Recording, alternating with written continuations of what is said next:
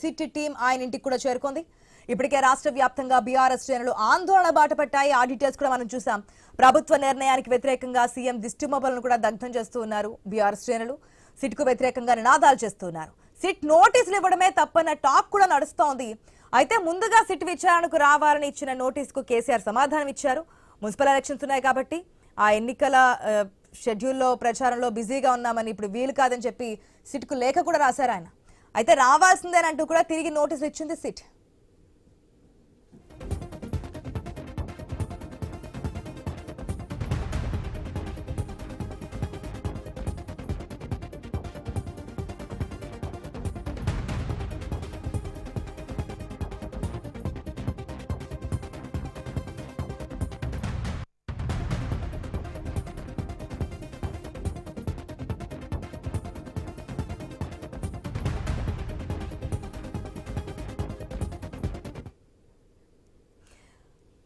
అంతే సిట్ తీరుపై కేసీఆర్ లేఖ రాస్తూ ఘాటు వ్యాఖ్యలు చేశారు. సిట్ రాజ్యాంగేతర శక్తిగా వ్యవహరిస్తుందంటూ మండిపడ్డారు. ఇప్పటికే పలు న్యాయస్థానాలు వెలువరించిన తీర్పులను ప్రస్తావిస్తూనే నోటీసులు జారీ చేయడంలో సిట్ వ్యవహరించిన తీరును తప్పుపట్టారు కేసీఆర్. సుప్రీం తీర్పును ఉల్లంఘించిన సిట్ తన రాజ్యాంగ హక్కులను కాలరాసిందంటూ ఆరోపించారు. 160 సిఆర్పిసి నోటీసుల విషయంలో పోలీసులు కావాలనే చట్టాన్ని సుప్రీంకోర్టు ఆదేశాలను ఉల్లంఘించారన్న వాదనలు కూడా వస్తున్నాయి. జూబ్లీహిల్స్ పిఎస్ పరిధిలో నివాసం ఉండకున్నా ఎలా నోటీసులు ఇస్తారంటూ ప్రశ్నించారు. సిట్ విచారణను వ్యతిరేకిస్తున్న కేసీఆర్ నోటీసులపై పలు ప్రశ్నలు లేవనెత్తారు కూడా. అటు విచారణకు కేసీఆర్ రెడీగా ఉండడంతో కార్యాచరణపై సిట్ కసరత్తు చేసుకుంది. సిట్ చీఫ్ వీసీ సజ్జనార్ ఆధ్వర్యంలో ప్రత్యేకంగా సమావేశమయ్యారు. నందినగర్లోని కేసీఆర్ ఇంటి దగ్గర బందోబస్తును పెంచారు పోలీసులు. అటు సిట్ విచారణ రాజకీయ కోణంలోనే చూడాలంటున్నారు విశ్లేషకులు. మాజీ సీఎం కేసీఆర్ ను రాజకీయంగా వేధించాలన్నదే అధికార కాంగ్రెస్ పార్టీ లక్ష్యం అంటున్నారు. సెలవు రోజైన ఆదివారం కూడా విచారణ చేయడం ఎందుకనే ప్రశ్న అయితే తలెత్తుతోంది. కేంద్రం ఈ రోజు బడ్జెట్ ప్రవేశపెడుతున్నటువంటి తరుణంలో ఈ రోజునే ఆదివారం నాడే ఎందుకు విచారణకి టైం ఇచ్చారనేది కూడా ఒక ఇంట్రెస్టింగ్ పాయింట్ కింద ఉంది. ఈ ఇష్యూని డైవర్ట్ చేసేందుకే ఆదివారం ఫిక్స్ చేశారన్న ఆరోపణలు కూడా ఉన్నాయి. మీడియా అటెన్షన్ ని డైవర్ట్ చేయాలని ఏదైనా ఆదేశాలున్నాయా? బడ్జెట్ కావడంతో మీడియా ఫోకస్ ఉండదన్న ఆలోచన ఉందా? కేంద్ర సర్కార్కు కూడా మైలేజ్ లేకుండా చేయడానికి ఇది ఒక ప్రయత్నమా? బడ్జెట్ తర్వాత మీడియా డైవర్షన్ మార్చేందుకే? ఒక దెబ్బకు రెండు పిట్టలా?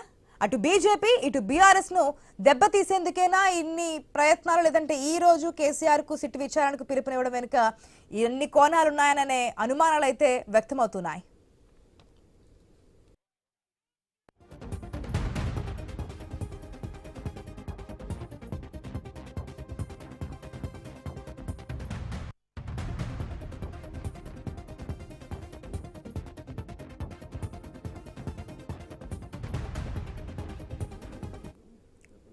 మనం చూసిన తెలంగాణ భవన్ దగ్గర ఇప్పటికే బీఆర్ఎస్ నాయకులందరూ కూడా ఇది రాజ్యాంగ విరుద్ధంగా జరుగుతోంది, సిట్ ఇచ్చినటువంటి నోటీసులు కూడా సక్రమ మార్గంలో లేవు, రాజ్యాంగ విరుద్ధంగానే నడుస్తోంది అంటూ విమర్శలు సంధిస్తున్నారు. అదేవిధంగా నల్ల బెలూన్స్ తో నిరసన తెలియజేస్తున్నటువంటి సిచ్యువేషన్ ప్రెసెంట్ తెలంగాణ భవన్ దగ్గర మా ప్రతినిధి స్వామి సిద్ధంగా ఉన్నారు బీఆర్ఎస్ నేతలతో. ఏమంటున్నారు స్వామి?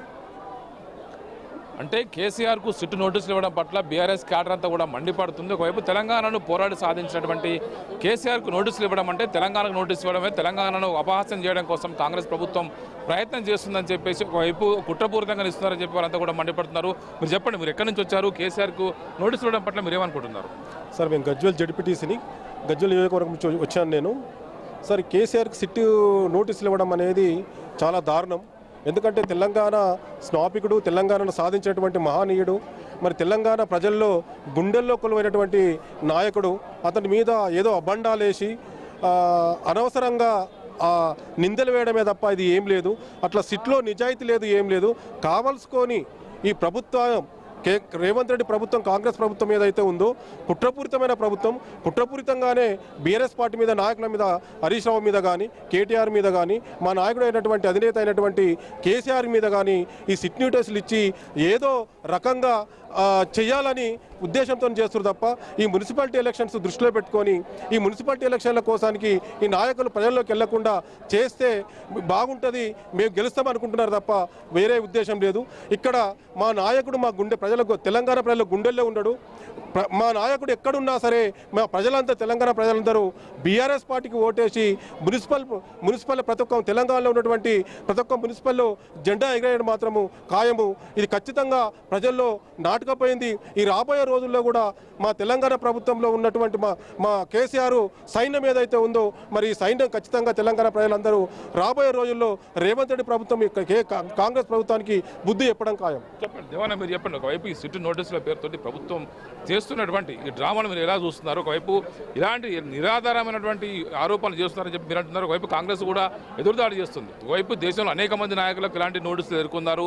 జయలలిత కావచ్చు, గతంలో అనేక మంది నాయకుల పేర్లు పదే చెప్తున్నారు. ఇప్పుడు కేసీఆర్ విషయంలో ఈ ప్రభుత్వం చేస్తున్న వైఖరి మీరు ఎలా చూస్తున్నారు? డెఫినెట్గా ఇది పొలిటికల్ డైవర్షన్. ఎందుకంటే ఇటీవల గ్రామ పంచాయతీ ఎన్నికల్లో బీఆర్ఎస్ను భూస్థాపితం చేస్తామని కలలు కన్నటువంటి బీఆర్ఎస్ పార్టీకి కలలు కన్న కాంగ్రెస్ పార్టీ ఇవాళ గ్రామ పంచాయతీ ఎన్నికల్లో ఒక సాహసోపేతమైన ఓటింగ్ను గ్రామీణ ప్రజానీకం చేసింది. తప్పులు చేస్తున్నా మాకు ఇచ్చిన హామీలు అమలు చేయనటువంటి ఈ పార్టీని ఒక చెంపదెబ్బ కొడతామని దాదాపుగా 40% సీట్లు ఇవాళ బీఆర్ఎస్ మద్దతుతో గెలుచుకోగలిగినాం. ఇప్పుడు మున్సిపల్ ఎన్నికలు వచ్చినాయి. 116 మున్సిపల్ ఎన్నికల్లో కూడా ఒక అత్యద్భుతమైనటువంటి ప్రజాదరణ కలుగుతూ ఉంది. కాబట్టి ఈ మున్సిపల్ ఎన్నికల్లో మేమందరం కూడా తలమునకలై ఉన్నాం, మా నాయకుల నుంచి మేమందరం కూడా.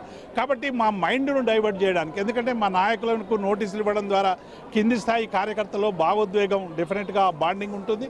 కాబట్టి వాళ్ళందరినీ డైవర్ట్ చేసి మున్సిపల్ ఎన్నికలు దెబ్బగొట్టాలని ఒక రాజకీయ ప్రయోజనంతో కుట్రతో ఇది జరుగుతూ ఉంది. రెండవది ఇలా 6 గ్యారంటీల మీద 420 హామీల మీద విస్తృతమైన చర్చ జరగాల్సినటువంటి సందర్భం. 2 ఏళ్ళు అయిపోయింది. ఒకవైపు మున్సిపల్ ఎన్నికలు వస్తూ ఉన్నాయి. ఇక ఈ రాష్ట్రం ప్రభుత్వం ఇచ్చిన హామీలు అమలు చేయవని అన్ని వర్గాలు ఇలా రోడ్లు ఎక్కుతున్నటువంటి స్థితి. ఒకవైపు నిరుద్యోగులు, ఒకవైపు ఉద్యోగులు, ఒకవైపు రైతులు, ఇట్లా అనేక వర్గాలు రోడ్ల మీదకి వస్తున్నటువంటి సందర్భంలో ఈ ఆగ్రహాన్ని, కట్టలు తెంపేటువంటి ఆగ్రహాన్ని పై నీళ్లు చల్లడానికి చేస్తున్నటువంటి ఒక పొలిటికల్ డ్రామా. ఒకవైపు మొన్న గ్రామ పంచాయతీ ఎలక్షన్స్ లో ఎక్కడ కూడా పార్టీ గుర్తులు లేవు. చాలా మంది పార్టీ నాయకులు, కార్యకర్తలంతా కూడా వారు సొంతంగానే ఒకవైపు పోటీ చేసి ముందుకు వచ్చారు. ఒకవైపు ఇలాంటి చాలా మంది మీ బీఆర్ఎస్ వైపు గెలిచినా కూడా కాంగ్రెస్ ఖాతాలు వేసుకున్నారు. కానీ ఇప్పుడు మున్సిపల్ ఎలక్షన్స్ లో స్పష్టంగా పార్టీ గుర్తుల మీద ఎలక్షన్ జరుగుతాయి కాబట్టి ఎవరి బలాబలాలు ఏందో తెలిసే అవకాశం ఉంది కదా. ఇందుకోసం ఈ డైవర్ట్ పాలిటిక్స్ అనుకుంటున్నారా? ఇప్పుడు రేవంత్ రెడ్డి చెప్పిండు బీఆర్ఎస్కి ఎన్ని సీట్లు వచ్చినాయని, 3500 అని ఆయనే ప్రెస్ మీట్ పెట్టి ప్రకటించాడు.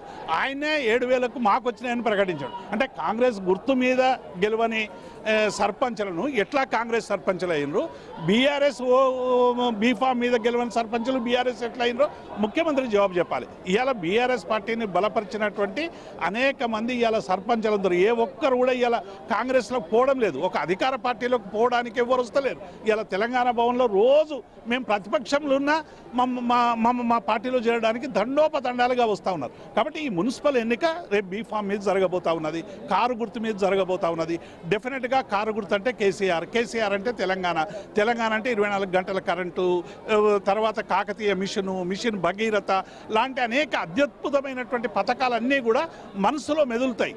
అవ్వలకు పెన్షన్, ఇవన్నీ కూడా ఇవాళ వీటిని అన్నిటినీ ఇంకా మెరుగ్గా చేస్తామని వచ్చినటువంటి కాంగ్రెస్ పార్టీ దుష్పరిపాలన ఒకవైపు చెయ్యి కనబడుతుంది. కాబట్టి డెఫినెట్గా ప్రజలందరూ కూడా ఆశీర్వదించి ఇవాళ మున్సిపల్ ఎన్నికల్లో మా పార్టీని ఒక బలోపేతమైనటువంటి పార్టీగా తీర్చిదిద్దే ప్రయత్నం ప్రజలు ఒకవైపు చేస్తూ ఉన్నారు. మా కష్టం కంటే ఎక్కువ ఇలా ప్రజలు కోరుకుంటున్నారు. కేసీఆర్ రావాలి, మాకు ఇచ్చినటువంటి హామీలు అమలు కావాలి. ఏంది ఇలా ఈ మినీ ఎమర్జెన్సీ లాగా పోలీసులు అందరూ కూడా మా భవన్లో మేముంటే శాంతియుత ప్రదర్శనలు చేస్తామని మేము ప్రకటించినాం. మా నాయకుల్ని హౌస్ అరెస్ట్ చేస్తున్నారు, రాకుండా అడ్డుకుంటున్నారు. భవన్ దగ్గర ధర్నాలు, నిరసనలు, మేమేం రోడ్లు ఎక్కుతలేము, మేమేం ఎక్కడ ఇబ్బందులు పెడతలేము. అయినప్పటికీ కూడా మా వాళ్ళందరినీ హౌస్ అరెస్ట్ చేసేటువంటి ప్రయత్నం చేస్తూ ఉన్నారు. కాబట్టి ఇది ఒక మినీ ఎమర్జెన్సీ లాగా చేయడానికి ప్రయత్నం చేస్తాం. మహేష్ గౌడ్, మీరు ఈ ఫోన్ ట్యాపింగ్లో సినీ